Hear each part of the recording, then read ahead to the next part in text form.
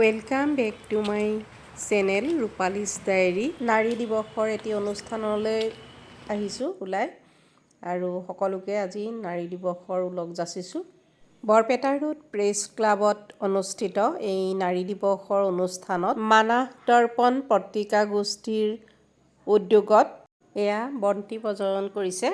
বিভিন্ন ক্ষেত্ৰত কাম কৰি থকা নাৰীসকলক উদগনি জনোৱাৰ উদ্দেশ্যে বিশেষ সম্বৰ্ধনা আগবঢ়ায়। আজি যেহেতু আন্তৰ্জাতিক নাৰী দিৱস, গতিকে আজিৰ নাৰী দিৱসত মোক মন্ত্ৰী প্ৰজ্বলনৰ কৰিব দিয়াৰ বাবে মই মানৱ দৰ্পণৰ সকলোকে ধন্যবাদ জনাইছোঁ। যিহেতু আজি নাৰী দিৱস, আমাৰ যদিও আমি পুৰুষৰ উন্নতিৰ পিছতে নাৰী শক্তিটোৱে সদায় আমাক উৎসাহ উদ্দীপনা যোগায়।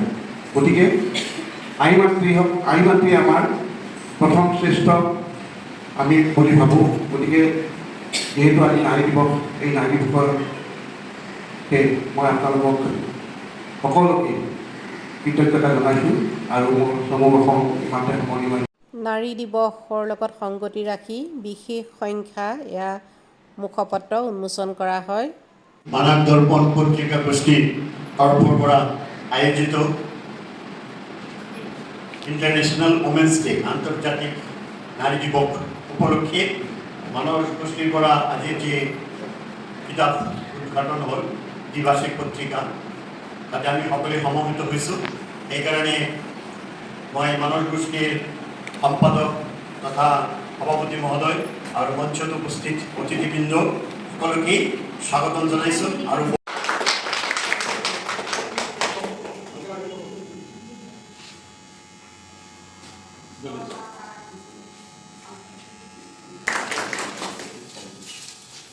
লগতে শ্ৰীমদ কৃষ্ণ গীতা আৰু লগতে এটা মানপত্ৰ পাইছোঁ।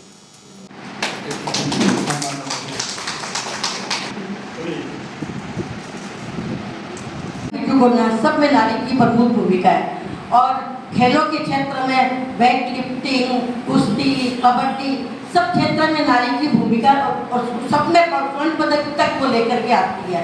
लेकिन फिर भी नारी को कहीं न कहीं थोड़ा सा सम्मान ऐसे तो भारतीय हो जाती है। तो नारी घर से लेके बिजनेस से लेके बच्चों को आगे तक बढ़ाने में नारी को पूरा अग्रणी भूमिका करके और नारी को बहुत अच्छा मतलब कर, पर एक अगर औरत का डेथ हो जाती है तो आदमी सिर्फ हिल जाता है, पूरा घर उसका हिल जाता है। तो नारी की नारी মোৰ শ্ৰদ্ধাৰ সন্মানীয় ব্যক্তিসকল আৰু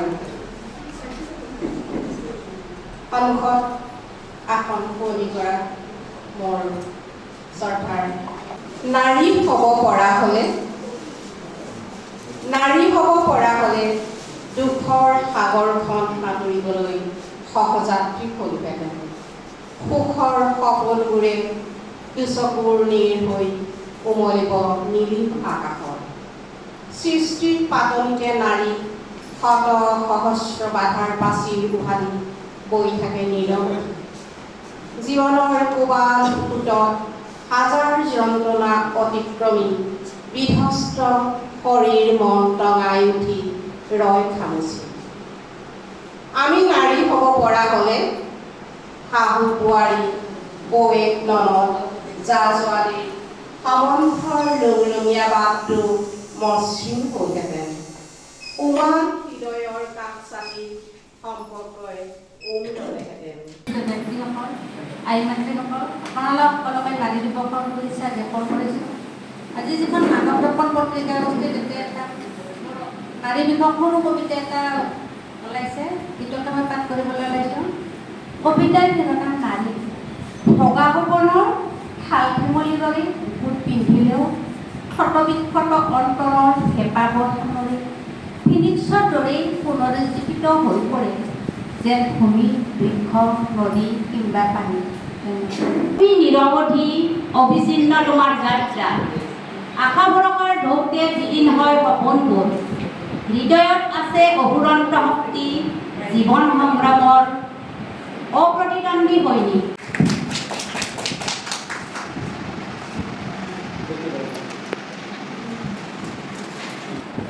হয়তো তাৰ বাবে আজি অনুষ্ঠানত মোক আমন্ত্ৰণ কৰি আনিছে। আজি আমন্ত্ৰণ কৰি আমাৰ বাবে সৌমেন চক্ৰৱৰ্তী ডাঙৰীয়াক মই অন্তৰৰ নিভৃত মনৰ পৰা ধন্যবাদ জ্ঞাপন কৰিছোঁ আৰু কৃতজ্ঞতা স্বীকাৰ কৰিছোঁ। আন্তৰ্জাতিক নাৰী দিৱস উপলক্ষে ইতিমধ্যে আজিৰ সভাৰ গ্ৰন্থ উন্মোচন আৰু সেই গতিকে মই ভাবিছোঁ এই অনুষ্ঠানটিত মই ক'লোঁ যে মুখ্যমন্ত্ৰী মহোদয়ে হয়তো উদ্যমিতা আঁচনি দিছে। কিয় দিছে? এই নাৰীক কিন্তু আগুৱাই নিয়াৰ কাৰণে দিছে। কিন্তু নাৰীসকলে ভাবিব নালাগিব যে মই 10,000 টকাটো পালোঁ, ঘৰতে বহি খাওঁ বা মই এনে ওলোৱাই দিওঁ। সেইটো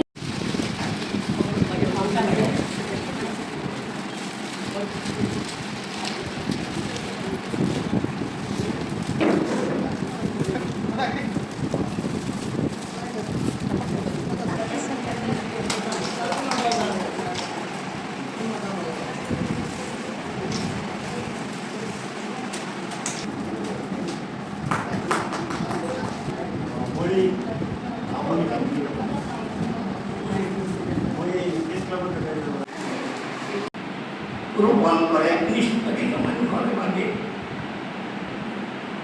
তেনেহ'লে সেই বৃক্ষক জীয়াই ৰাখি মই চকু পানী যদি কোনো যুদ্ধ ব্যাপী হয়নে ঘৰ বান্ধিব বিচাৰে মোৰ বুকুৰ নদীৰ পাৰত, তেনেহ'লে মই আপ্ৰাণ চেষ্টা কৰিম তেওঁৰ বাসস্থান নিৰ্মাণৰ বাবে।